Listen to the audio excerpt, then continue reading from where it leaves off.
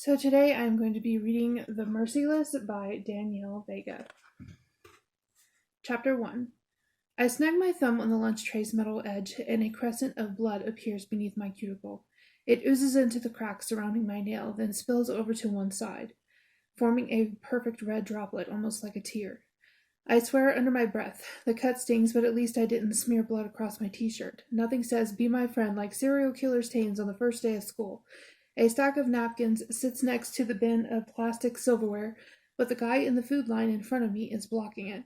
"Excuse me," I say, and the guy turns around. He's good looking in that athletic future frat boy way where he doesn't really have to try.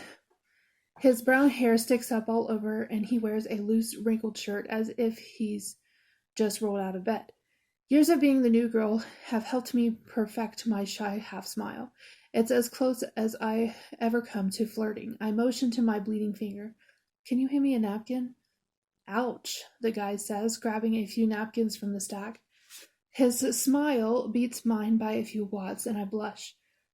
"Hey, do you need a Band-Aid?" asks the girl behind me, and I turn. She has platinum blonde hair cut short, like a boy's. Oversized black glasses without any lenses sit on her nose, and she wears a neon pink tank top, stretched so thin I can see her black bra through the material. A man's golden ring dangles from a chain around her neck. "Yeah, thanks," I say. Next to her, my standard first day uniform of a gray t-shirt and dark jeans looks comically plain. A few schools ago, I tried layering rubber bracelets around my wrists and collaring on my Converse sneakers with Sharpies, but today my wrists are bare, my sneakers brand new. It's time for a change. "Hey, Brooklyn, what's up?" The boy nods at her. They don't seem like the kind of people who'd be friends, but his tone is nice enough. Brooklyn slides her tattered backpack off one shoulder and reaches into the front pocket. "Hiya, Charlie," she says to him. "Your brother miss me yet?" The name Charlie fits the cute, athletic guy, and it makes me like him more than if his name were Zach or Chad. A Charlie helps you find your algebra class when you can't figure out your new class schedule. Chad burps the alphabet. Charlie runs a hand through his hair, leaving it even messier than before. "Miss isn't the word I'd use." "Ex-boyfriend?" I interrupt to keep from being left out of the conversation. Asking a million questions is New Girl 101. People love talking about themselves. Brooklyn pulls her hand out of her bag and hands me a clear bandage decorated with a tiny picture of a mustache.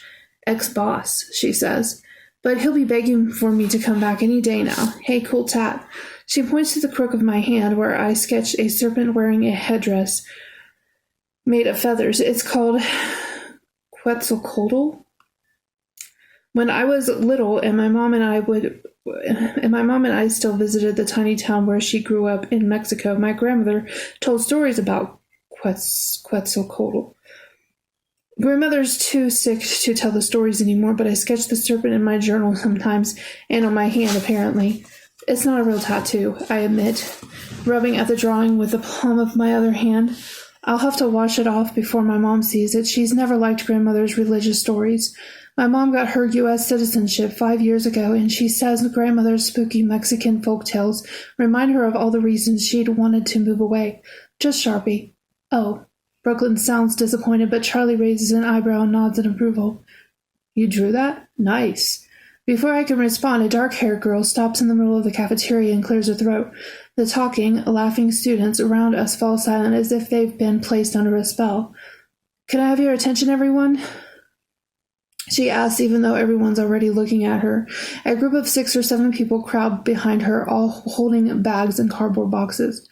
"Jesus," Brooklyn grimaces, pushing her fake glasses up her nose. Her tone is completely different than it was a second ago when she offered me the Band-Aid. "Is it time for this shit again?"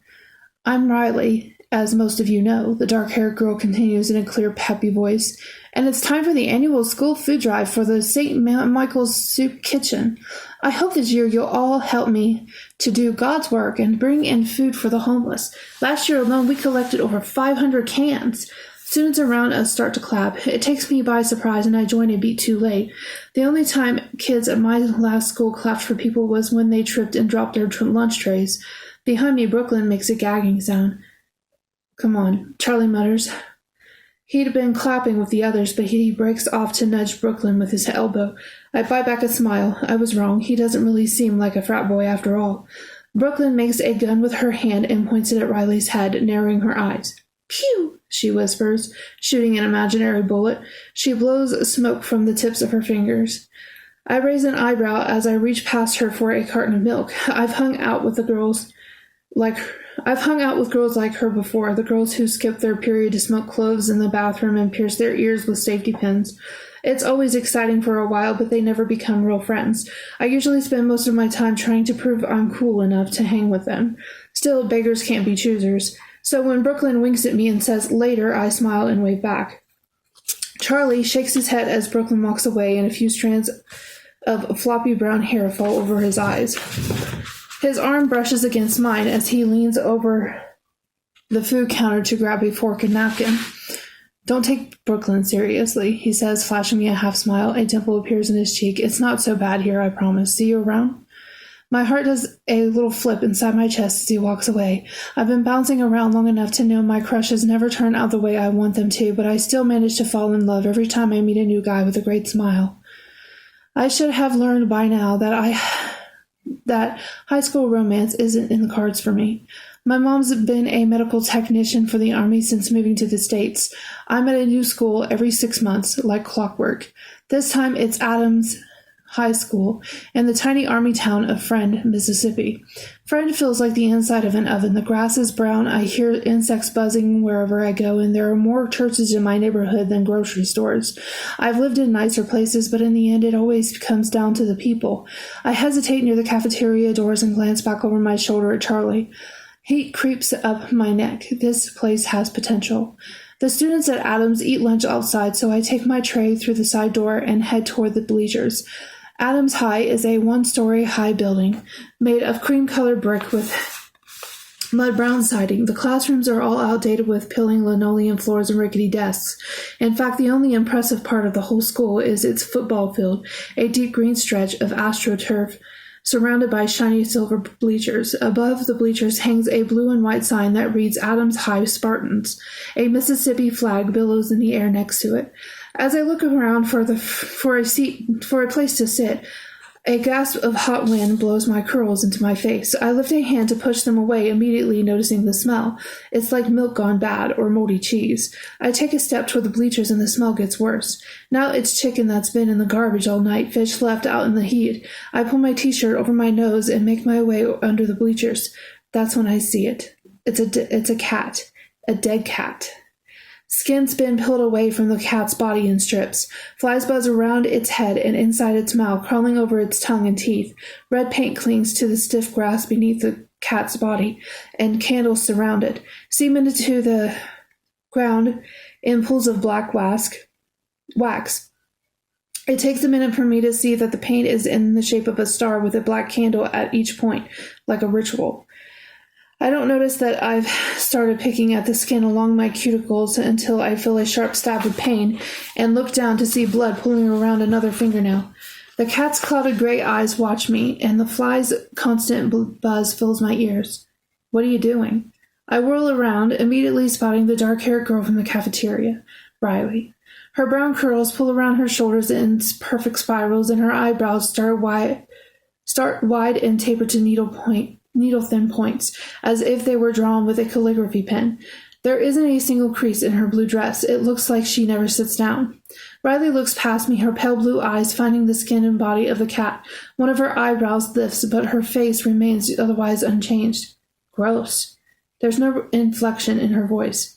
She could be talking about the lasagna they served at lunch. I take a step away from the cat, nearly tripping over my sneakers. That wasn't me. I didn't do that.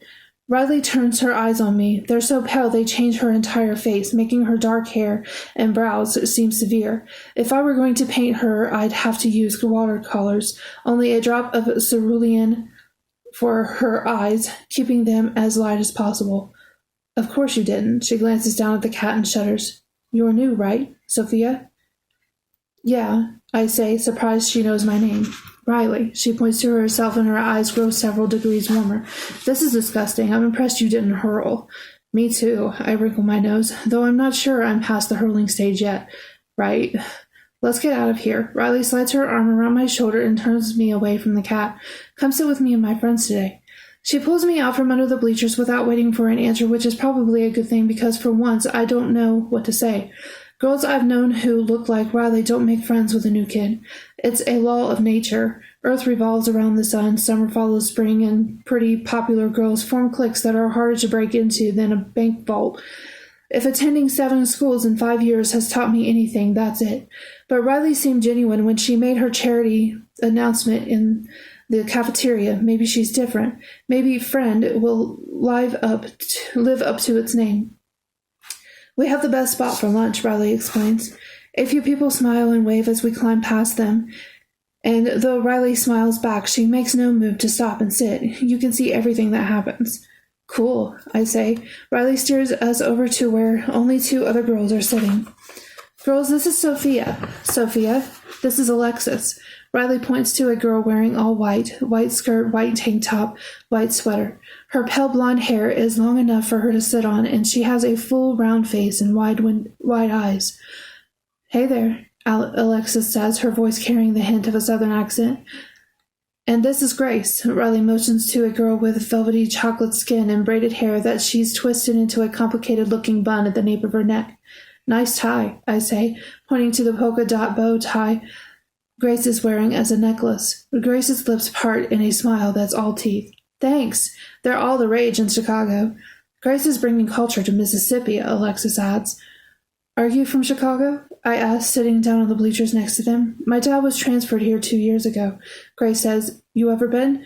I shake my head as Riley sits next to me and places her hands on her knees. Even her nails are perfect, trimmed and clean. I curl my hands into fists so she won't see my ragged cuticles.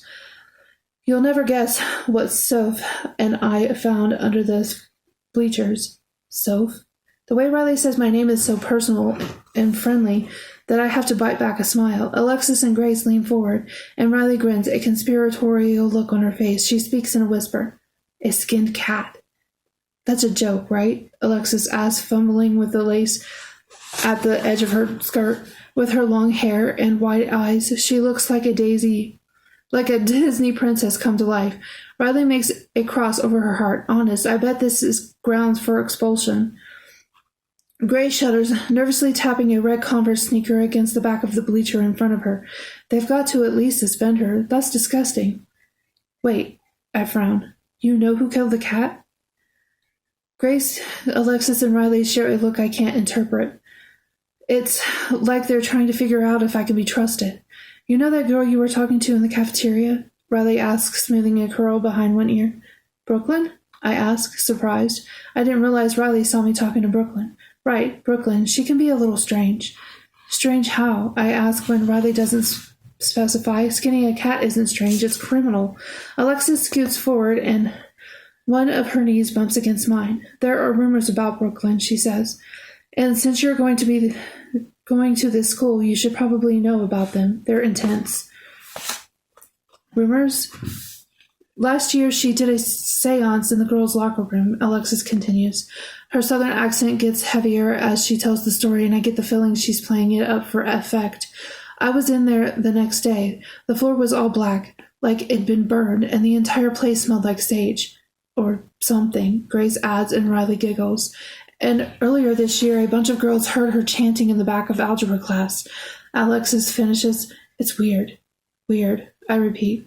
But that doesn't seem to cover it. Maybe the stories Alexis is telling are just rumors, but that cat was very real and very dead, I shiver. In slightly different circumstances, I could be eating with Brooklyn right now, probably listening to terrible stories about Riley and her friends. I don't believe the same girl who offered me a Band-Aid would also kill a cat.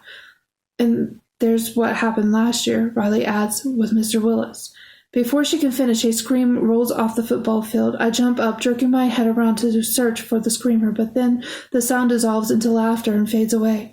Just someone messing around. I sit back, feeling stupid. Grace leans forward and puts a hand on my knee. Her bow tie necklace swings forward like a pendulum. Guys, stop. We're scaring her. Sorry, Alexis says, wrinkling her nose. I look down at my hand. I've never liked scary stories. Even my grandmother's stories about Quetzalcoatl Quetzalcoatl, I have no idea, gave me nightmares. Absently, I rubbed the sketch of Quetzalcoatl, leaving behind a smudge of red, blood from my thumb. I look up and catch Riley watching me. Her eyes follow my finger as I run it over the lines of the serpent sketch on my hand. There's an odd look on her face, the same cold expression she wore when she first saw the dead cat behind the bleachers. It's just a stupid sketch. I lick one finger and try to rub it away, but I just smear the ink and blood into my skin. Riley shifts her eyes back to my face, her lips lifting at the corners. The effect isn't the same as it was behind the bleachers when her smile made her face warmer. This smile doesn't reach Riley's eyes at all. They stay empty. Of course, she says.